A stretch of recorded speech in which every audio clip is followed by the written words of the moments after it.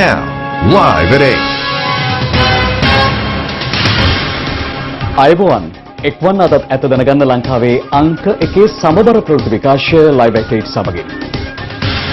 අද භාමුණ මම චන්දන ජයසිංහ. මම තිලනි පෙරේරා. අදත් මුලින්ම සිරස්තල. 20 වෙනි සංශෝධනයට අදාළ කමිටු නිගමන අගමැති අතට. පාස්කු ඉරුදින ත්‍රස්ත ප්‍රහාරය එල්ල වූ අවදියේ බුද්ධි ප්‍රධානීන්ගේ මත ගැටුමක් පැවති බව පාස්කු කොමිසමේදී හෙළිවේ. නිලධාරීන්ගේ වරදින් හෙරොයින් ජාවාරම්කරුවන් නිදහස් වී යාම කනගාටුදායක තත්වයක්. මත් ජාවාරම්කරුවෙකු නිදොස් කොට නිදහස් කරමින් කොළඹ මහාධිකරණ විනිසුරු කියයි. වැලිකඩ රැඳවියන් ඝාතන සිද්ධිය ගැන තලතා ජනපති කොමිසමට දුන් සාක්ෂිය. බස් ත්‍රිරෝධ රථ සහ යතුරුපැදි ධාවනය හෙට සිට එකම මංතීරුවකට සීමා කෙරේ. චීනයේ නිපදවූ කොරෝනා එන්නත නොවැම්බර් සිට ලොව පුරා බෙදා හැරේ.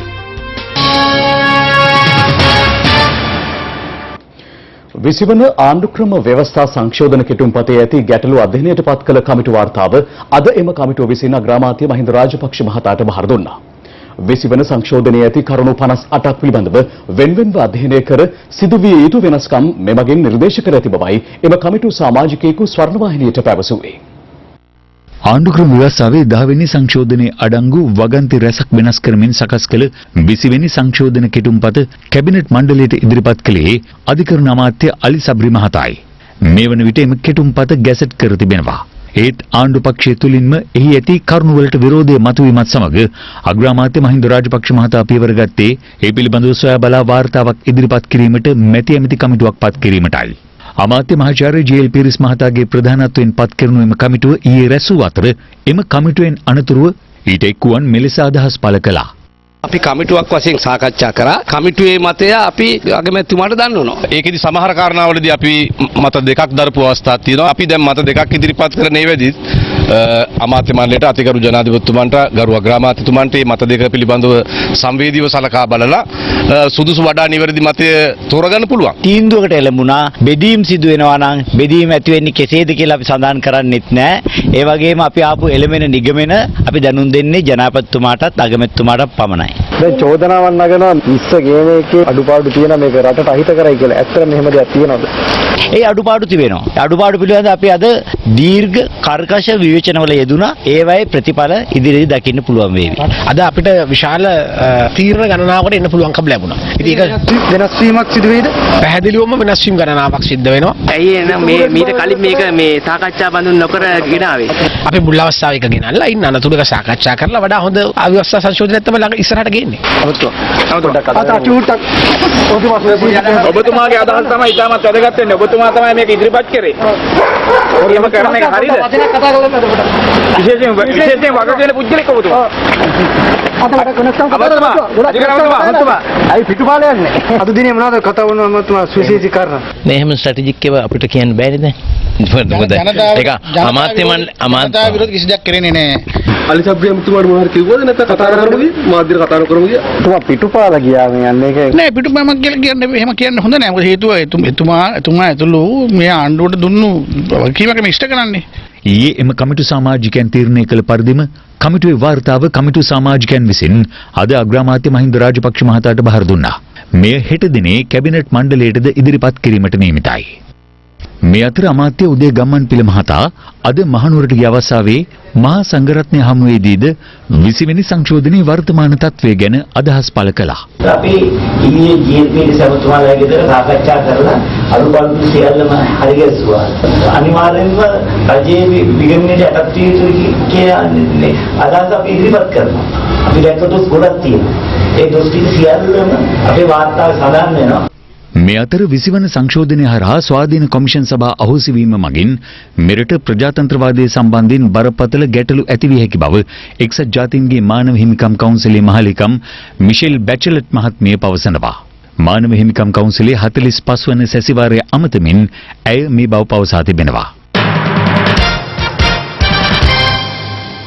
මේ අතර 20 වන ආණ්ඩුක්‍රම ව්‍යවස්ථා කෙටුම්පත සම්බන්ධයෙන් අදත් පක්ෂ විපක්ෂ දේශපාලඥයින් විවිධ අදහස් පළ කළා.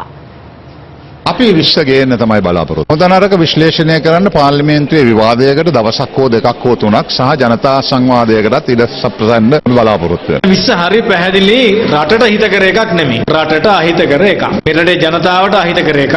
ඒක නිසා තමයි විශාල විරෝධයක් ආණ්ඩුවට එල්ල වෙමින් තියෙන්නේ. අන්දිගානේ කතා කරන්නේ නැතුව ඒ විශ්ව ගැන යම්කිසි හිතේ අමනාපයක් කහටක් කියන කෙනෙක් ඉන්නවනම් ඒ පිළිබඳව පැහැදිලිව අධිකරණයට යන්න පුළුවන්. එතකොට ආණ්ඩුව දැන් ගෙනල්ලා තියෙන 20 වෙනි සංශෝධන කෙටුම්පත දිහා බැලුවාම අපිට පේනවා මේ වෙනකොට අගමැති කාර්යාලය සහ ජනාධිපති කාර්යාලය විගණනයෙන් ඉවත් කරලා තියෙනවා. විගණකාධිපතිට බලයක් තිබ්බා. ඒ තීච්ඡ සාධනීය ලක්ෂණ තිබෙන්න ඕන. ඒ සාධනීය ලක්ෂණ හරණය කළ අතෑරලා විශ්වගෙන එකට මේ රටේ ජනවර්ම කෙලෙසීමක්. දැන් ඒගොල්ලෝගේ ඇතුළෙන්ම මේකට විරෝධයක් තියෙනවා. දැන් අවසානයේදී මොකද වෙලා තියෙන්නේ? අලිසබ්රි කියනවා යාගෙන ආවේ නෑල්ලු. ජීඑල්ලුන් නැහැ කියනවා යාගෙන ආවේ නෑල්ලු. මම දන්න විදිහට නීතිපති දෙපාර්තමේන්තුවත් සම්බන්ධ වෙලා තමයි මේ කටයුත්ත කරලා තියෙන්නේ. ඒ වගේම අධිකරණ අමාත්‍යවරයා තමයි මේක කැබිනට් මණ්ඩලයට ඉදිරිපත් කරේ.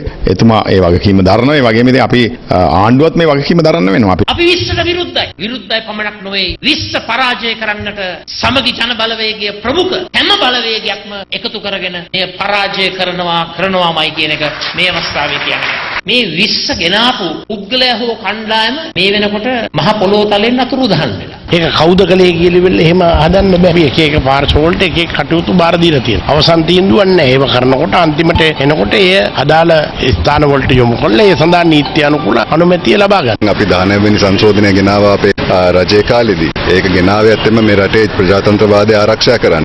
නමුත් 20 වෙනි සංශෝධනයෙන් පේන්නේ ආපහු අර ඒකාධිපති තත්වයකට යන තත්වය තමයි 20 වෙනි සංශෝධනයෙන් පේන්නේ. 19 වෙනි සංශෝධනය විසින් සිද්ධ කළේ ජනාධිපති ආණ්ඩු ක්‍රමයක් පිළිගන්නා රටක අගමැති ප්‍රමුඛ පාර්ලිමේන්තුව බලවත් කළා ව්‍යවස්ථාමය විකෘතියක් හැදුවා. සාමාන්‍යයෙන් ආණ්ඩු ක්‍රම ව්‍යවස්ථා සංශෝධනය හෝ සම්පාදනය කියන විෂය මූලික මූලධර්මවත් දන්න කෙනෙක් හිටියනම් මේ වරද කරන්නේ නැහැ. අවාසනාවකට ඇයි මෙහෙම කළේ කියලා අහන්න විදියක් නැහැනේ. ව්‍යවස්ථාව හදපු අය දැන් ලංකාවෙත් නැහැ. පිහිටීම ප්‍රයෝජනයටගෙන ශ්‍රී ලංකාව ලොව විශාලතම නාවික කේන්ද්‍රස්ථානයේ බවට පත් කළ හැකි බව ජනාධිපති ගෝඨාභය රාජපක්ෂ මහතා පවසනවා. ජනාධිපතිතුමා මේ බව ප්‍රකාශ කළේ අද ජනාධිපති කාර්යාලයේ පැවති සාකච්ඡාවකට එක්වෙමින්. වරාය සැපියුම් පහසුකම් හා බෝට්ටු සහ නැවකර්මාන්ත සංවර්ධන රාජ්‍ය අමාත්‍යාංශයේ ඉදිරි සැලසුම් පිළිබඳව සාකච්ඡාවක් අද දහවල් ජනාධිපති ලේකම් කාර්යාලයේදී පැවැත්වුණේ ජනාධිපති ගෝඨාභය රාජපක්ෂ මහතාගේ ප්‍රධානත්වයෙන්. ලෝකයේ දියුණුතම වරායන් ආදර්ශයටගෙන මෙරට වරාය පහසුකම් සංවර්ධනය කිරීමෙන් සංවර්ධන ඉලක්ක කඩිනමින් ළඟා කරගත හැකි බව සාකච්ඡාවට එක්වෙමින් ජනාධිපති ගෝඨාභය රාජපක්ෂ මහතා ප්‍රකාශ කර තිබෙනවා. බහලුම් 24000ක් ප්‍රවාහනය කළ හැකි ලොව විශාලතම නෞකා ආකර්ෂණය කර ගැනීමට ඉවහල් වන අයුරින් මෙරට වරාය සංවර්ධනය කිරීමේ අවශ්‍යතාවද ජනාධිපතිතුමා මෙහිදී අවධාරණය කළා. රට ආසන්නයෙන් යාත්‍රා කරන ජාත්‍යන්තර නෞකාවන්ට සේවා සැපයීමට හැකිවන පරිදි වරාය පද්ධති දියුණු කරමින් කොළඹ ගාල්ල ත්‍රිකුණාමලේ කන්කසන්තුරේ සහ ඔළුවිල් වරාය සංවර්ධනය කළ යුතු බවද ජනාධිපතිතුමා මෙහිදී සඳහන් කළා. කොළඹ වරායේ නැගෙනහිර සහ බටහිර පර්යන්ත සංවර්ධනය වේගවත් කිරීම මෙන්ම ප්‍රතිනැව්ගත කිරීම හැසිරවීමේ ධාරිතාව ගුදම් පහසුකම් හා භාණ්ඩ අංගන සැපයුම් පහසුකම් අන්තර්ජාතික ප්‍රමිතීන්ට වැඩි දියුණු කිරීම කෙරෙහි මේ සාකච්ඡාවේදී අවධානය යොමු තිබෙනවා. රත්මලාන පෑලියගොඩ සහ වේයන්ගොඩ ආශ්‍රිතව නව ගුදම් පහසුකම් ඉදි කරමින් කොළඹ වරාය සංක්‍රමණික බහලුම් කේන්ද්‍රයක් බවට පත් කිරීම පිළිබඳවද මෙහිදී සාකච්ඡා කෙරුණු තවත් කරුණක්. රජයේ මැදිහත් වී ඉන්ධන ගබඩා ටැංකි ඉදිකර නැව්වලට ඉන්ධන සැපීමටත් විශාල ප්‍රමාණයේ බෝට්ටු ඉදි කිරීමෙන් පසු ඒවා දියඹට ගෙන යාමට බේරුවල ප්‍රදේශයේ ආශ්‍රිතව දියත් කිරීමේ යාත්‍රා අංගනයක් ඉදි කිරීමටත් ජනාධිපතිතුමාගේ අනුමැතිය හිමි වුණා. විදේශ වෙළඳපොළ ඉලක්ක කරගනිමින් අපනයනය සඳහා නැව් සහ බෝට්ටු නඩත්තුව අලුත් වැඩි අවහන් නිෂ්පාදනය පුළුල් කිරීම ප්‍රධාන වරාය කේන්ද්‍ර කරගනිමින් නාවික කාර්ය මණ්ඩල හෝමාරුවට අවශ්‍ය පහසුකම් පුළුල් කිරීමේ අවශ්‍යතාවද මෙහිදී ජනාධිපතිතුමා විසින් පෙන්වා දෙනු ලැබුවා. මනුෂ්‍ය ඝාතන කිහිපයක් සම්බන්ධව රක්ෂිත බන්ධනාගාරගතව සිටින මීටියාගොඩ කළුපේ අමිත් සංජීව හේවත් කළුපේ අමිත් නැමැත්තාට අයත් නවීන පන්නේ ගිනි අවි 3ක් ඇතුළු ආයුධ තුගයක් පොලිස් විශේෂ කාර්ය බළකා බුද්ධි කොට්ටාශය සිදු කළ වැටලීමකදී අද අත්අඩංගුවට ගනු ලැබුවා. මේ අතර ප්‍රදේශ කිහිපයක සිදු කළ මෙහෙයුම්වලදී මත් ජාවාරම්කරුවන් පිරිසක් අත්අඩංගුවට ගැනීමට හැකි වුණා. එමෙන්ම ඝාතනයට ලක් වූ SF ලොක්කා නැමැත්තාගේ සමීපතමීන් කිහිප දෙනෙකුගේ නමින් ඇති බැංකු ගිණුම් පිළිබඳව වාර්තාවක් ලබා දෙන ලෙස අනුරාධපුර අධිකරණය අදාළ බැංකු කළමනාකාරීත්වයට දැනුම් දී තිබෙනවා. අනුරාධපුර දහයාගම ප්‍රදේශයේදී පසුගිය අගෝස්තු 5 වෙනිදා පෙරවරුවේ ටිරෝන් රණසිංහ හේවත් SF ලොක්කා වෙඩිතබා ඝාතනය කෙරුණා. අදාළ ඝාතනය සම්බන්ධයෙන් විමර්ශන තවදුරටත් ක්‍රියාත්මක අතර ඊට අදාළ නඩු විභාගයේ අනුරාධපුර ප්‍රධාන මහේස්ත්‍රාත් සහ දිසා විනිසුරු ජනක ප්‍රසන්න සමරසිංහ මහතා ඉදිරියේ කැඳවනු ලැබුවා. එහිදී අධිකරණයේ හමුවේ පෙනී සිටි අනුරාධපුර මූලස්ථාන පොලිසියේ නඩු කටයුතු මෙහෙයුම් අංශයේ ස්ථානාධිපති එච්.එම්. යසරත්න මහතා කියා සිටියේ ඝාතනයට ලක් වූ SF ලොක්කා නැමැත්තා ජීවතුන් අතර සිටියේදී හෙරොයින් ඇතුළු විෂමද්‍රව්‍ය ජාවාරමේ නිරතව ඇති බවට තොරතුරු ලැබෙමින් පවතින බවයි. ඊට අමතරව SF ලොක්කා නැමැත්තාගේ ඥාතීන් ඇතුළු සමීපතමයින් කිහිප දෙනෙකුගේ බැංකු ගිණුම් පිළිබඳව තොරතුරු ලබා ගැනීමේ අවශ්‍යතාවක් පවතින බවද අධිකරණයට දැනුම් දුන්නා. ඒ සලකා බැලූ අනුරාධපුර ප්‍රධාන මහේස්ත්‍රාත් සහ දෙසා වෙනසුරු ජනක ප්‍රසන්න සමරසිංහ මහතා රාජ්‍ය සහ පුද්ගලික බැංකු ශාඛා 32ක කළමනාකාරීත්වයට නියෝග කළේ විමර්ශනවලට අදාළ පුද්ගලයන් 10 දෙනෙකුගේ බැංකු ගිණුම් පිළිබඳව සවිස්තර වාර්තාවක් පොලිසියට ලබා දෙන ලෙසයි. ඒ අනුව SF ලොක්කාගේ මව, පියා සහ සහෝදර සහෝදරියන් තිදෙනාගෙන් මෙන්ම පෙම්වතිය ඇතුළු 10 දෙනෙකුගේ බැංකු ගිණුම් වාර්තා ලබා ගැනීමට නියමිතයි. මේ අතර හෙරොයින් මද්ද්‍රව්‍ය වැටලීම් සිදු කරන නිලධාරීන් අතින් ඇතැම් අවස්ථාවල සිදුවන නොසැලකිලිමත් කටයුතු සහ ඔවුන් අතින් සිදුවන දෝෂයන් හේතුවෙන් මහා පරිමාණ හෙරොයින් ජාවාරම්කරුවන් නිදහස් වී යාම කනගාටුදායක තත්ත්වයක් බව කොළඹ මහා විකරණ විනිසුරු විකුම් කළුආරච්චි මහතා අද විවෘත අධිකරණයේදී ප්‍රකාශ කළා. 2012 වසරේ හෙරොයින් මත්කුඩු ග්‍රෑම් 198 මිලිග්‍රෑම් 19ක් සන්තකයේ තබාගෙන ජාවාරම් කිරීම සම්බන්ධයෙන් චෝදනා ලැබ සිටි විත්තිකරුවෙකු නිදහස් කොට නිදහස් කරමින් මහා විකරණ විනිසුරුවරයා ඒ බව සඳහන් කළා. තීන්දුව ප්‍රකාශයට පත් කළ විනිසුරුවරයා සඳහන් කළේ විත්තිකරුට එරෙහිව පැමිණිල්ල විසින් එල්ල කර තිබූ චෝදනා සාධාරණ සැකයකින් තොරව ඔප්පු කිරීමට අපොහොසත් වී ඇති බවයි. අදාළ විත්තිකරුට එරෙහිව හෙරොයින් සන්තකයේ තබා ගැනීමෙන් ජාවාරම් කිරීම සම්බන්ධයෙන් චෝදනා එල්ල වී ඇති බව පෙන්වා දුන් විනිසුරුවරයා පෙන්වා දුන්නේ මෙතරම් විශාල ප්‍රමාණයක් එම විත්තිකරු අත්අඩංගුවට ගන්නා අවස්ථාවේදී පොලිසිය විසින් හඳුන්වා දුන්නේ යයි සිතිය නොහැකි බවයි. එසේ තිබියදී වැටලීම් කළ නිලධාරීන්ගේ නොසැලකිලිමත් භාවය සහ වැරදි සටහන් හේතුවෙන් අත්අඩංගුවට පත්වන මහා පරිමාණ හෙරොයින් ජාවාරම්කරුවන් නිදහස් වී යාමේ අවස්ථාවක් උදා වී ඇතැයිද මහා විකරණ විනිසුරුවරයා අධිකරණයේදී සඳහන් කළා. මේ අතර ගල්කිස්ස පොලිසියේ නිලධාරීන් කණ්ඩායමක් පොලිස් නිලධාරියෙකු ලෙස පෙනී සිටමින් හෙරොයින් ජාවාරමේ නිරත වූ බව කියන පුද්ගලයෙකු අත්තිටිය ප්‍රදේශයේදී අත්අඩංගුවට ගෙන තිබෙනවා. ඒ හෙරොයින් ග්‍රෑම් 1 මිලිග්‍රෑම් 400ක් සමගින් පිළියන්දල දාම්පේ ප්‍රදේශයේ පදිංචි 34 හැවිරිදි ඔහු යතුරුපැදියෙන් පොලිස් ලාංඡනය සහිත හිස් දැසුමක් පැළඳ හෙරොයින් ප්‍රවාහනය කර ඇති බවටයි තොරතුරු ලැබී ඇත්තේ. ඊට අමතරව තමන් පොලිස් නිලධාරියෙකු බව පවසමින් විවිධ පුද්ගලයන් මුලා කර මුදල්ද වංචා කර ඇති බවට තොරතුරු ලැබී තිබෙනවා. මහරගම පොලිසියද මහරගම නාවින්න ප්‍රදේශයේදී මෝටර් රථයකින් හෙරොයින් ප්‍රවාහනය කරමින් සිටි පුද්ගලයෙකු හෙරොයින් ග්‍රෑම් 2ක් සමගින් අත්අඩංගුවට ගෙන තිබෙනවා.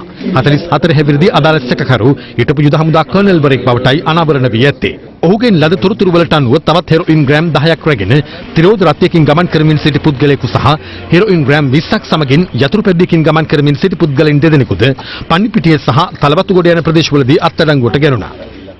ගාල්ල සුරබදු ඒකකයේ නිලධාරීන් ගාල්ල, දංගෙදර, කරාපිටිය, සරෙන්තු කඩෙයි, තිනි පොල්ගහ ආදී ප්‍රදේශවල විශේෂ මෙහෙයුමක් දියත් කළා. එහිදී අයිස් සහ ගංජා මිශ්‍ර මත්ගුලි තොගයක් සමග සැකකරුවන් 15 දෙනෙකු අත්අඩංගුවට ගෙන තිබෙනවා.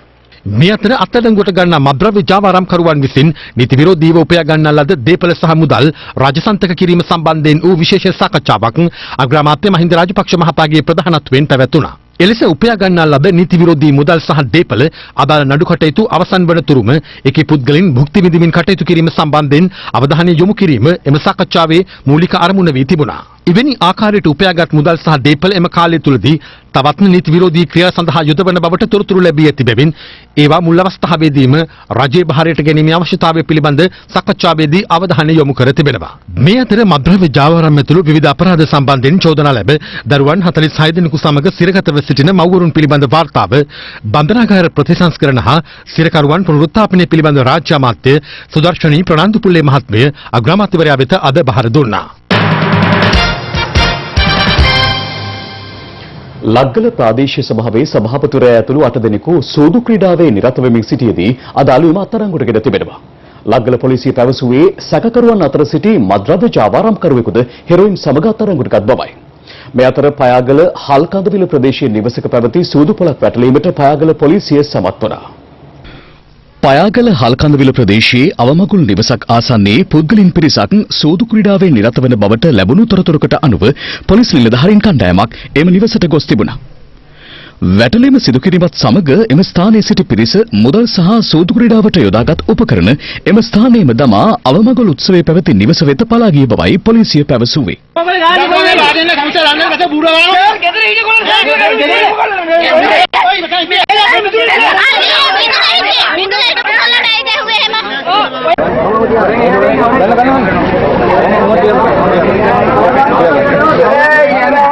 කෙසේ වෙතත් නිවෙස් හිමියන් පවසන්නේ තම නිවසට කඩා වැදුණු පොලිස් නිලධාරීන් කණ්ඩායමක් එම අවස්ථාවේ රැඳී සිටි පිරිස සන්තකයේ තිබූ මුදල් පැහැරගත් බවයි.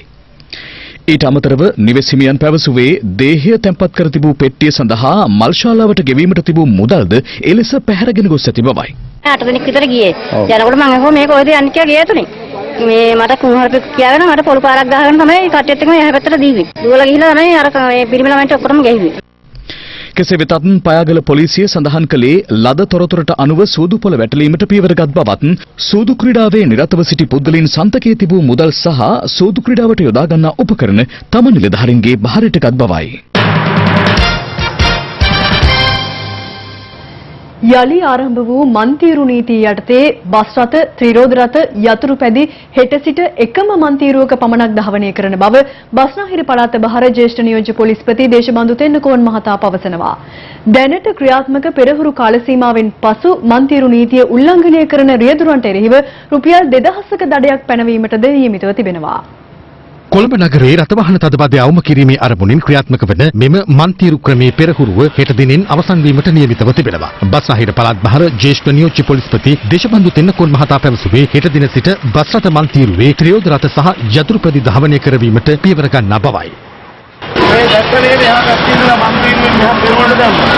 ඒක පුදුමාල තමයි මේ කාර්යයේ වාහන තදබදය ඇති කරන්නේ. ඒ නිසා විතාම කරුණාවෙන් ඉල්ලා සිටිනවා යතුරුපැදි කරුවන් සහ ත්‍රිවිල් කරුවන්ගෙන් හෙට දවසේ මේ අත්අඩංගුව බැලීම සාර්ථක කර ගැනීම සඳහා පාරේ වම්පස තීරුවෙන් එහෙම නැත්නම් ඒ බස් රථ ප්‍රමුඛතා මන්තිරුවට යොදලා තියෙන මන්තිරුව ඔස්සේ පමණක් යතුරුපැදි සහ පාපැදි සහ ත්‍රිවිල් රථ ගමන් කරවන්න. මෙම මන්තිරු නීතිය පිළිපැදීම සඳහා රියදුරන්ට දින 3ක කාල සීමාවක් ලබා දුන් අතර හෙට දිනෙන් අවසන් වීමට නියමිතයි. බේස්ලයින් මාර්ගය, හයි ලෙවල් මාර්ගය, ගාලු පාර සහ පාර්ලිමේන්තු වටරවුමේ සිට කොළඹ නගරයට ප්‍රවිෂ්ඨ වීමේ ප්‍රධාන මාර්ගයන්හි මෙම නව මන්තිරු නීතිය ක්‍රියාත්මක වෙනවා. හෙට දිනෙන් පසු මාර්ග නීති උල්ලංඝනය කරන රියදුරන්ට එරෙහිව දඩ පැනවීමටද පොලිසිය කටයුතු කර තිබෙනවා. මන්තිරු සම්බන්ධයෙන් නීතියක් තියෙනවා. නඩුවක් වෙනුවට දඩ මුදලක් පැවරීමේ හැකියාවක් තියෙනවා රුපියල් 2000ක දඩයක්. මේ අතර ජල ක්‍රියාවට නංවා ඇති මන්තිරු නීතිය පිළිබඳව මහජනතාවද අදහස් පළ කළා. ඊනම් හොඳටම ට්‍රැෆික් එක තිබ්බා. බයික් ඔක්කොම යනවා නේ එකයි වැඩි වෙන ඉර වෙන්නේ. ඒක හැමදාම දුවනවා හොඳයි මේක. ඔය ට්‍රැෆික් එකට අවුලක් අඩු වෙනවා. යමුට ක්ලොක් එක වැඩි වගේ මේ දවස්. අන්තිමේදී කියාප්ප වෙන්නේ නැහැ නේද? අයියේ මේ බස් ලේන්නේ බස් යන්නේ කාර් වීල් යන්නේ. මේ අතර ජල ක්‍රියාවට නංවා ඇති මන්තිරු නීතිය පිළිබඳව බස් රථ සංගම් නියෝජිතයින්ද අදහස් පළ කළා. ප්‍රමුඛතා බස් මන්තිරුවට ත්‍රිරෝද රථත් යතුරු පැදිත් අනියුක්ත කරන්න මේ සම්බන්ධයෙන් ලංකා පෞද්ගලික බස් හිමියන්ගේ සංගමයේ දැඩි විරෝධතාවය පළ කරනවා. විශේෂයෙන්ම එවැනි ක්‍රියාමාර්ගයක් කරොත් අපි අනිවාර්යයෙන්ම ප්‍රමුඛතා බස් මන්තිරු ක්‍රමවේදයෙන් ඉවත් වෙන්න කටයුතු කරනවා. ඒ වගේම මේ අදාළ ක්‍රියාදාමය සිදු කිරීමට මෝටර රථ වාහන පනත ප්‍රකාරව කිසිදු ප්‍රතිපාදනයක් හෝ නීතියක් නැහැ. පාස්කු ඉරුදින ත්‍රස්ත ප්‍රහාරය එල්ලවන අවස්ථාවේ මෙරට ජාතික බුද්ධි ප්‍රධානියා ලෙස තමන් කටයුතු කළද ඒ වන විට රාජ්‍ය බුද්ධි සේවයේ අධ්‍යක්ෂව සිටි නිලන්ත ජයවර්ධන මහතා කිසිදු අවස්ථාවක තමන්ගෙන් උපදෙස් ගැනීමක් සිදු නොකළ බව හිටපු ජාතික බුද්ධි ප්‍රධානී සිසිල් මෙන්ඩිස් මහතා පවසනවා. පාස්කු ප්‍රහාරය සම්බන්ධයෙන් විමර්ශනය කරන ජනාධිපති පරීක්ෂණ කොමිසම හමුවේ ඊයේ පස්වරුවේ සාක්ෂි ලබා දෙමින් ඔහු පැවසුවේ රාජ්‍ය බුද්ධි සේවයේ අධ්‍යක්ෂවරයා වෘත්තීය ගනුදෙනු සිදු කළේ තමන් සමග නොව ආරක්ෂක ලේකම්වරයා සමග බවයි. පාස්කු ඉරුදින ත්‍රස්ත ප්‍රහාරය එල්ලවන අවස්ථාවේ මෙරට ජාතික බුද්ධි ප්‍රධානියා ලෙස කටයුතු කළ විශ්‍රාමික නියෝජ්‍ය පොලිස්පති සිසිල් මෙන්ඩිස් මහතා ඊයේ පස්වරුවේ පාස්කු ප්‍රහාරය පිළිබඳ විමර්ශනය කරන ජනාධිපති පරීක්ෂණ කොමිසම හමුවේ සාක්ෂි ලබා දුන්නේ 5 වන දිනටයි. එහිදී පාස්කු ප්‍රහාරය පිළිබඳව විදේශ බුද්ධි අංශයකින් කළ පළමු පූර්ව දැනුවත් කිරීම පිළිබඳව එවකට රාජ්‍ය බුද්ධි අධ්‍යක්ෂ නිලන්ත ජයවර්ධන මහතා ජාතික බුද්ධි ප්‍රධානියා වූ සිසිල් මෙන්ඩිස් මහතාට එවූ ලිපිය පිළිබඳව ප්‍රශ්න කරනු ලැබුවා. මෙහිදී මෙන්ඩිස් මහතා කියා සිටියේ টොප් සීක්‍රට් යනුවෙන් සඳහන් කළ අදාළ ලිපිය පසුගිය වසරේ අප්‍රේල් මාස 8 වන දින පෙරවරුවේ තමන්ට ලැබුණු බවයි. එහි සහරාන් හෂිම් ප්‍රමුඛ ජාතික තව්හීද් ජමාත් සංවිධානය නොදුරේදීම එල්ල කළ හැකි ප්‍රහාරයක් පිළිබඳව සඳහන්ව තිබූ බවත් සාක්ෂිකරු සඳහන් කළා. එහිදී රාජ්‍ය අතිරේක සොලිසිටර් ජෙනරාල්වරිය සාක්ෂිකාර මෙන්ඩිස් මහතා කුමන ආගම් භක්තිකයෙක්ද යන්න විමසා සිටියා. ඊට පිළිතුරු ලබා දෙමින් මෙන්ඩිස් මහතා කියා සිටියේ තමන් හොඳ බෞද්ධයෙකු වන අතර තම බිරිඳ රෝමානු කතෝලික කාන්තාවක වන බවයි. ඒ අනුව විශේෂ අවස්ථාවලදී සිය බිරිඳව දේවස්ථානයට රැගෙන යන්නේ දැයි අතිරේක සොලිසිටර් ජෙනරාල්වරිය යලි විමසා සිටියා. එම ප්‍රශ්නයට මෙන්ඩිස් මහතා ඔව් යයි පිළිතුරු ලබා දුන් අතර එහිදී අතිරේක සොලිසිටර් ජෙනරාල්වරිය විමසා සිටියේ එවැනි වාතාවරණයක් තුළ අප්‍රේල් 8 වනදා ලද තොරතුරේ වැදගත් පල්ලි ප්‍රහාරයේ ඉලක්ක විය හැකියි සඳහන් වූ පසුබිමක ඔබ ඒ සම්බන්ධයෙන් ගත් පියවර කුමක්ද යන්නයි. ඊට පිළිතුරු දෙමින් ජාතික බුද්ධි ප්‍රධානියා පැවසුවේ තමන් අප්‍රේල් 8 වෙනිදා පෙරවරුවේ ලිපිය ලද වහම ආරක්ෂක ලේකම් හේමසිරි ප්‍රනාන්දු මහතා හමුවීමට උත්සාහ කළද ඔහු ඒ වන විට දිවයිනට පැමිණ සිටි ඉන්දියා ආරක්ෂක ලේකම්වරයා සමග සාකච්ඡාවක නිරතව සිටි බැවින් එම උත්සාහය ව්‍යර්ථ වූ බවයි. කෙසේ වෙතත් එදිනම පසුරුවේ තමන් හිටපු ආරක්ෂක ලේකම්වරයා හමුවී රාජ්‍ය බුද්ධි අධ්‍යක්ෂවරයා විසින් ලබා දී තිබූ තොරතුරු පිළිබඳව දැනුවත් කළ බවත් මෙන්ඩිස් මහතා කියා සිටියා. මෙහිදී හිටපු ආරක්ෂක ලේකම් හේමසිරි ප්‍රනාන්දු මහතා හෙට බුද්ධි සම්බන්ධීකරණ රැස්වීමේදී නිලන්තට මේක ගන්න කියමු යනුවෙන් තමන් සමග පැවසූ බවයි ඔහු වැඩිදුරටත් සඳහන් කළේ. මෙහිදී රාජ්‍ය අතිරේක සොලිසිටර් ජෙනරාල්වරිය ප්‍රශ්න කළේ ඊට පසු දින පැවති බුද්ධි සම්බන්ධීකරණ රැස්වීමේදී අදාළ තොරතුරු සාකච්ඡාවට බඳුන් කරන ලෙස රාජ්‍ය බුද්ධි සේවයේ අධ්‍යක්ෂවරයාට දැනුම් දුන්නේද යන්නයි. තමන්ට ඒ පිළිබඳව දැනුම් දීමට අමතකවද ඔහු වෙත පළමුවෙන් බුද්ධි තොරතුරු සාකච්ඡාවට බඳුන් කිරීම රාජ්‍ය බුද්ධි සේවයේ අධ්‍යක්ෂවරයා සතු වගකීමක් බව මෙන්ඩිස් මහතා සඳහන් කළා. එහිදී ජනාධිපති කොමිසම සාක්ෂිකරුගෙන් ප්‍රශ්න කළේ අදාළ තොරතුරු සාකච්ඡාවට බඳුන් කළ යුතු බව අප්‍රේල් 9 බුද්ධි සම්බන්ධීකරණ රැස්වීමේ න්‍යාය පත්‍රයට ඇතුල් නොකළේ මන් යන්නයි. එහිදී මෙන්ඩිස් මහතා කියා සිටියේ සාම්ප්‍රදායිකව බුද්ධි තොරතුරු ලද නිලධාරීන් තමන් ලද තොරතුරු බුද්ධි සම්බන්ධීකරණ රැස්වීමේ සාකච්ඡාවට බඳුන් කිරීම සිදුවන බැවින් මෙම තොරතුරු විශේෂයෙන් න්‍යාය පත්‍රයට ඇතුළත් කිරීමක් සිදු නොකළ බවයි. මෙහිදී රාජ්‍ය අතිරේක සොලිසිටර් ජෙනරාල්වරිය විමසා සිටියේ රාජ්‍ය බුද්ධි සේවයේ එවකට අධ්‍යක්ෂ නිලන්ත ජයවර්ධන මහතා මුල් බුද්ධි තොරතුරු එලෙසින්ම ඔබට යොමු කිරීම හරහා ඔබෙන් යම් උපදෙසක් බලාපොරොත්තු වුණා නොවේද යන්නයි. ඒට පිළිතුරු දෙමින් හිටපු ජාතික බුද්ධි ප්‍රධානියා පැවසුවේ රාජ්‍ය බුද්ධි සේවයේ අධ්‍යක්ෂ මට කියලා වැඩ කළේ නැහැ. මම ජාතික බුද්ධි ප්‍රධානියා වුණාට ඔහු සිටියේ මා යටතේ නොවේ. ඔහු සිටියේ ආරක්ෂක ලේකම් යටතේ. ඔහු කරන්නේ මොනවද කියලා මම දන්නේ නැහැ. මොකද මට කියලා නෙවෙයි ඔහු වැඩ කරන්නේ. ඉතින් ඔහුට දෙන්න ඕන උපදෙස් මොනවද කියලා මම දන්නේ නැහැ. අනික රටේ බුද්ධි තොරතුරු සපයන ප්‍රධානතම ආයතනයේ බහරව ඉන්න ජ්‍යෙෂ්ඨ නිලධාරියා ඔහුයි. ඔහු මගෙන් උපදෙස් බලාපොරොත්තු විය යුතු නැහැ. ඔහු කිසිදාක මගෙන් උපදෙස් ලබාගෙනත් නැහැ. එහිදී ජනාධිපති කොමිසමේ විනිසුරුවරයෙකු විමසා සිටියේ වඩා වැදගත් අනතුර ජාතික බුද්ධි ප්‍රධානියාද රාජ්‍ය බුද්ධි සේවයේ අධ්‍යක්ෂකද යන්නයි. ස්වාමීනි, ජාතික බුද්ධි ප්‍රධානියා ලෙස මම කලේ සම්බන්ධීකරණ කටයුත්ත පමණයි. නමුත් රාජ්‍ය බුද්ධි සේවයේ අධ්‍යක්ෂ කියන්නේ රටේ බුද්ධි තොරතුරු සම්බන්ධ ප්‍රමුඛතම ආයතනයේ බහර නිලධාරියා. ඔහුට රට වටේම තොරතුරු කරුවන් ඉන්නවා. මේ අතර රාජ්‍ය බුද්ධි සේවයේ හිටපු අධ්‍යක්ෂ ජ්‍යෙෂ්ඨ නියෝජ්‍ය පොලිස්පති නිලන්ත ජයවර්ධන මහතා ඊයේ 23 වන දිනටත් කොමිෂන් සභාව හමුවේ සාක්ෂි ලබා දුන්නා. නිලන්ත ජයවර්ධන මහතා ඊයේ දිනේත් කොමිසම හමුවේ සාක්ෂි ලබා දුන් අතර හිටපු ආරක්ෂක රාජ්‍ය අමාත්‍ය රුවන් විජේවර්ධන මහතා වෙනුවෙන් පෙනී සිටි නීතිඥ අසංක ගුණවර්ධන මහතා ඔහුගෙන් හරස් ප්‍රශ්න විමසනු ලැබුවා. 2018 ඔක්තෝබර් මාසයේ දේශපාලන පෙරළියක් ඇති වූ බව ඔබට මතක ඇති. ඉන්පසු අගමැතිවරයාටත් ආරක්ෂක රාජ්‍ය ඇමතිවරයාටත් පොලිස්පතිටත් ආරක්ෂක කවුන්සිල රැස්වීම තියන්න එපා කියලා ජනාධිපති උපදෙස් දුන් බව ඔබ දන්නවාද? නැහැ. ඒත් එම ආණ්ඩු පෙරළිය අවස්ථාවේදී ආරක්ෂක නියෝජ්‍ය ඇමතිවරයෙක් පත් කළ බව නම් මතකයි. ඔබට මතකද 2018 ඔක්තෝබර් වලින් පසු පාස්කු ඉරදින ප්‍රහාරය දක්වා හිටපු ආරක්ෂක රාජ්‍ය ඇමතිවරයා ආරක්ෂක කවුන්සිලයට සම්බන්ධ වූ බවට. ඔහු සම්බන්ධ වූ බවක් මට මතක නැහැ. 2019 අප්‍රේල් 4 වෙනිදා ලැබුණු තොරතුරු අනුව ඔබ විවිධ පාර්ශවයන්ට ලිඛිතව දැනුම් දීමක් කර තිබුණා. එහි පිටපතක් ආරක්ෂක රාජ්‍ය ඇමති රුවන් විජේවර්ධන මහතාට ලබා දුන්නාද? නැහැ. ඔබට 2019 අප්‍රේල් 20 වෙනිදාත් හෙට පහර දෙනවා කියලා තොරතුරක් ලැබුණු බව කිව්වා. එයත් ඔබ විවිධ පාර්ශවයන්ට දැනුම් දුන්නද? එය රුවන් විජේවර්ධන මහතාට ලබා දුන්නද? නැහැ.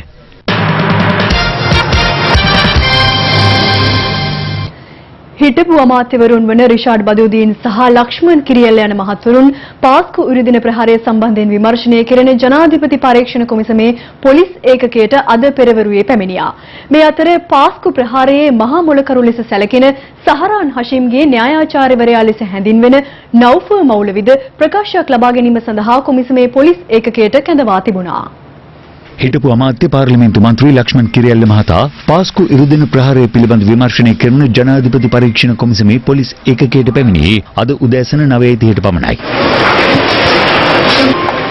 මගෙන් ඇහුවා පාසු පහරයක දැනගෙන හිටියද කියලා. ඉතින් අපි මං කිව්වා නැහැ කියලා එච්චරයි කියලා. අපි කලින් දැනගෙන හිටියේ නැහැ. මේ ආරක්ෂකංශවලට SMS එකක් එවලා තිබ්බා. ඇමතිවරයාගේ ආරක්ෂාව වෙනදාට වඩා උනන්දු වෙන්න කියලා. එච්චරයි. තත්ත්වපාරයක් ගැන සඳහනක් තිබ්බේ නැහැ. මේ අතර පාර්ලිමේන්තු මන්ත්‍රී රිෂාඩ් බදුද්දීන් මහතාද අදත් කොමිසමේ පොලිස් ඒකකයට කැඳවා තිබුණා. ඔහුගෙන් පැය 4කට ආසන්න කාලයක් ප්‍රකාශ සටහන් කරගෙන තිබෙනවා. මේ අතර පාස්කු ඉරුදින ප්‍රහාරයේ මහා මුලකරුලේ සැලකෙන සහරාන් හෂීම්ගේ න්‍යායාචාර්යවරයා ලෙස හැඳින්වෙන නෞෆර් මෞලවිද ප්‍රකාශයක් ලබා දීම සඳහා අද කොමිසමේ පොලිස් ඒකකයට කැඳවා තිබුණා. දැනට ඔහු අත්අඩංගුවට ගෙන ඇති අතර විමර්ශන සඳහා අපරාධ පරීක්ෂණ දෙපාර්තමේන්තුව භාරයේ පසුවනවා. පැය 6කට ආසන්න කාලයක් ඔහුගෙන් ප්‍රකාශ සටහන් කරගෙන තිබෙනවා.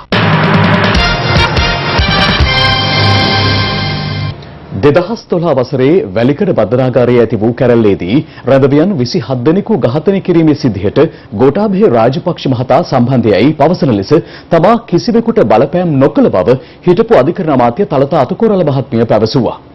ඇය මේ බව සඳහන් කළේ දේශපාලන පරිගැනීම් පිළිබඳ සොයා බලන ජනාධිපති පරීක්ෂණ කොමිසම හමුවේ සාක්ෂි ලබා දෙමින් හිටපු බන්ධනාගාර කොමසාරිස් එමිල් රංජන් ළමාහේවා මහතා දේශපාලන පරිගැනීම් පිළිබඳව සොයා බලන ජනාධිපති කොමිසමට කළ පැමිණිල්ලකට අදාළව හිටපු අධිකරණ අමාත්‍ය තලතා අතුකෝරළ සහ අනිවාර්ය නිවාඩු ලබා සිටින පොලිස්පති පූජිත් ජයසුන්දර එම කොමිසම හමුවේ ඊයේ පෙනී සිටියා. 2012 වසරේ වැලිකඩ බන්ධනාගාරයේ ඇති වූ කැරැල්ලේදී රැඳවියන් 27 දෙනෙකු ඝාතනය කිරීමේ සිද්ධියට අදාළව තමා අත්අඩංගුවටගෙන රක්ෂිත බන්ධනාගාරගත කිරීම දේශපාලන බලපෑම් මත සිදු වූවක් බවටයි එමිල් රංජන් ළමාහේවා මහතා කොමිසමට පැමිණිලි කර තිබුණේ. තලතා අතුකෝරළ මහත්මිය සඳහන් කළේ තමා අධිකරණ අමාත්‍යවරිය ලෙස කටයුතු කළ සමයේ කිසිදු නඩු කටයුත්තක් සඳහා ඇඟිලි ගැසීමක් සිදු නොකළ බවයි. තමාට එරෙහිව කොමිසමට ඉදිරිපත් වී ඇති කරුණු පදනම් විරහිත බවයි ඇය කොමිසම හමුවේ කියා සිටියේ. කෙසේ වෙතත් පැමිණිලිකාර පාර්ශවය මීට පෙර සාක්ෂි ලබා දෙමින් කොමිසම හමුවේ ප්‍රකාශ කර තිබුණේ එවකට ආරක්ෂක ලේකම් ගෝඨාභය රාජපක්ෂ මහතා රැඳවියන් 27 දෙනෙකු ඝාතනය කිරීමේ සිද්ධියකට සම්බන්ධයයි ප්‍රකාශ කිරීමට එවකට අධිකරණ අමාත්‍යවරිය ලෙස කටයුතු කළ තලතා අතුකෝරළ මහත්මිය බලපෑම් කළ බවයි.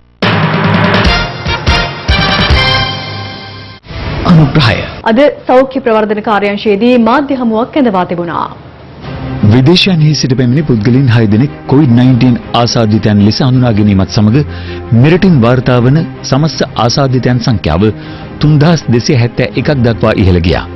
මේ වන විට රෝගීන් 3016 දෙනෙකු පූර්ණ සුවය ලබා රෝහල් වලින් පිටව ගොස් ඇති අතර තවමත් ප්‍රතිකාර ලබන්නේ රෝගීන් 242 දෙනෙක් පමණයි. මෙරට සිදු කරනු ලැබූ PCR පරීක්ෂණ සංඛ්‍යාව 2,57,000 ඉක්මවා තිබෙනවා. ඊයේ සිදු කර ඇති PCR පරීක්ෂණ සංඛ්‍යාව 1920ක්. මෙරට COVID-19 වෛරස ව්‍යාප්තියේ නවතම තත්ත්වය පිළිබඳව දැනුම් දීම සඳහා මාධ්‍ය හමුවක් අද සෞඛ්‍ය ප්‍රවර්ධන කාර්යාංශයේදී පැවැතුණා. COVID-19 රෝගයට සාර්ථක එන්නතක් හොයාගෙන එය අපේ රටේ ජනතාවට දීලා අපේ රටේ ජනතාවගේ ඇඟේ ප්‍රතිශක්තිය ඇති වෙන තාක්කල් අපි ආරක්ෂාකාරී නැහැ. අපි මේ පොඩි දූපතක් කොයි මොහොතක හරි මේ දූපතට මේ COVID-19 රෝගය පැමිණෙන්න පුළුවන්. ඒ නිසා සියලුම දෙනා දිගින් දිගටම ඒ සෞඛ්‍ය ආරක්ෂිත කටයුතු ඒ විදිහටම අනුගමනය කළ යුතුයි. මෙහිදී සෞඛ්‍ය ආරක්ෂිත පහසු මුහුණු ආවරණයක් නව නිපැයුමක් ලෙස හඳුන්වා දීමද සිදු වුණා. මේ අතර රජයේ උපාධිධාරීන් බඳවා ගැනීමේ වැඩසටහන යටතේ සති 3ක පුහුණුවක් ලබා දීමේ වැඩසටහනේ තත්ත්වය සොයා බැලීමට අද යුද හමුදාපතිවරයා පනාගොඩ යුද හමුදා කඳවුරේ නිරීක්ෂණ චාරිකාවකට එක්ුණා. විතත් ශ්‍රී ලංකාවේ ඊයේ දිනෙත් ඔබ දන්නවා COVID ආසාදිතයන් සැලකිය යුතු ප්‍රමාණයක් සොයා ගන්නු ලැබුවා. ඔක්කොම ඇවිල්ලා පිට රටවල් වලින් විදේශ රටවල් වල ජීවත් වූ ශ්‍රී ලාංකිකයන් නැවත රැගෙනම කටයුත්ත තුළ තමයි මේ ආකාරයෙන් සිද්ධ වෙන්නේ. ගරු අග්‍රාමාත්‍යතුමාට අවශ්‍යතාවය තිබුණා පිට රටවල් වලින් කට්ටිය ගෙන්නා ගැනීම. නමුත් දිනකට එක ගුවන් යානයක් බැගින් දිනපතා ගෙන්වීමට තමයි මේක යම්කිසි සීමාවකට අනුව තමයි කරන්න වෙන්නේ. මේ අතර ඉන්දියාවේ රෝගීන්ට ලබා දෙන ඔක්සිජන් වල හිඟයක් මතුවී ඇති බව විදේශ මාධ්‍ය පවසනවා. එමෙන්ම වසංගත ව්‍යාප්තියෙන් පසු එරට පළමු පාර්ලිමේන්තු සැසිවාරය පැවති අතර ඊට පෙර සියලු මන්ත්‍රීවරුන් කොවිඩ් පරීක්ෂණයකට ලක් කෙරුණා. ඒ අතරින් මන්ත්‍රීවරු 25 දෙනෙකුට වෛරසය ආසාදනය වී ඇති බවයි වාර්තා වී ඇත්තේ. නව කොරෝනා වෛරසය මර්ධනය සඳහා චීනයේ නිපද වූ එන්නත ලබන නොවැම්බර් මාසයේදී භාවිතය සඳහා නිකුත් කිරීමට සූදානම් බව එරට තලතුවල් ලබා රෝහල්ගත කළ පුවතක් කෑගල්ල අලපලාවල ප්‍රදේශයෙන් වාර්තා වනවා. මේ අතර මහනුවර බහිරව කන්ද ප්‍රදේශයේ පදිංචි 12 හැවිරිදි දැරියක් පැහැර ගැනීමේ සිදුවීමක් සම්බන්ධයෙන්ද මහනුවර පොලිසිය පරීක්ෂණ ආරම්භ කර තිබෙනවා. මහනුවර ප්‍රසිද්ධ බාලිකා පාසලක 7 වන ශ්‍රේණියේ ඉගෙනුම ලබමින් සිටි 12 හැවිරිදි දැරියක් අද පෙරවරුවේ නිවසින් අතුරුදන්ව තිබෙනවා. මහනුවර බහිරව කන්ද ප්‍රදේශයේ පදිංචි ඇය අද පෙරවරු 6:45ට පමණ පාසල් යාමට පෙර යාබද නිවසකට ගොස් ඇත්තේ මුව ආවරණයක් ඉල්ලා ගැනීමට බව පවසමින් කෙසේ වෙතත් නිවසින් පිටතට පැමිණි අවස්ථාවේදී ඇය වාහනයක දමා බලාත්කාරයෙන් රැගෙන ගොස් ඇති බවයි පැවසෙන්නේ.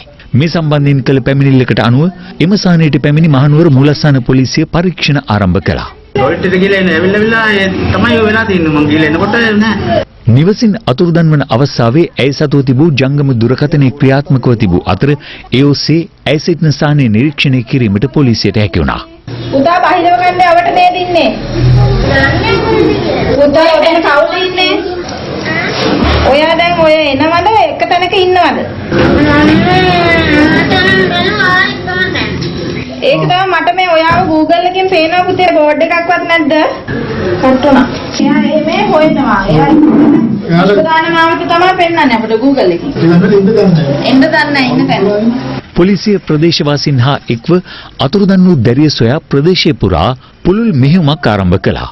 ඒ ප්‍රතිඵලයක් ලෙස මහනුවර සිල්වෙස්ටර් විදුහල් අසල බස් නැවතුමේ සිටියේදී දැරිය පොලිසියට හමු වුණේ පෙරවරු 10ට පමණ.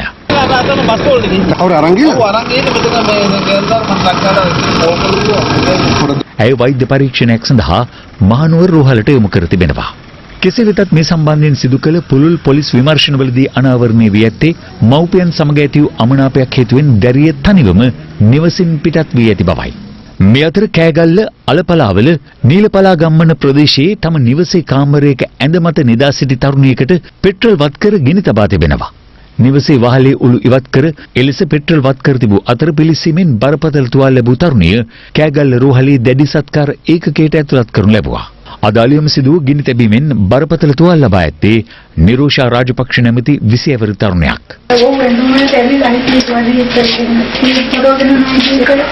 ඇය යුද හමුදාවෙන් පලා සිබලකු සමග සම්මතාවක් පවත්වාගෙන ගොස් ඇති අතර ඔහු සමග මංගල ඡායාරූපයක්ද ගෙන තිබෙනවා. මේ ගොඩක්කල් හිටියද? මේ ආව යෝ අනේ අතර ගන්න එනවා යනවා විතරයි. අතර වෙලා ඉන්නේ නැහැ මේ දවස් දෙකක් ඉඳලා යනවා. එහෙනම් ඒක විවාහ වෙලාම හිටියේ? නෑ නෑ විවාහ වෙනවා. කෙසේ වෙතත් දෙදෙනා අතර බහින් බස් වීමක් සිදු ඇති අතර සිද්ධ වූ අවස්ථාවේ මෙම තරුණයා නිවසේ වහලෙන් බැස දිව යන අයුරු දුටු බවයි ඇගේ පියා පවසන්නේ. සිද්ධිය සම්බන්ධයෙන් කෑගල්ල පොලිස් අපරාධ විමර්ශන අංශය වැඩිදුර පරීක්ෂණ සිදු කරනවා.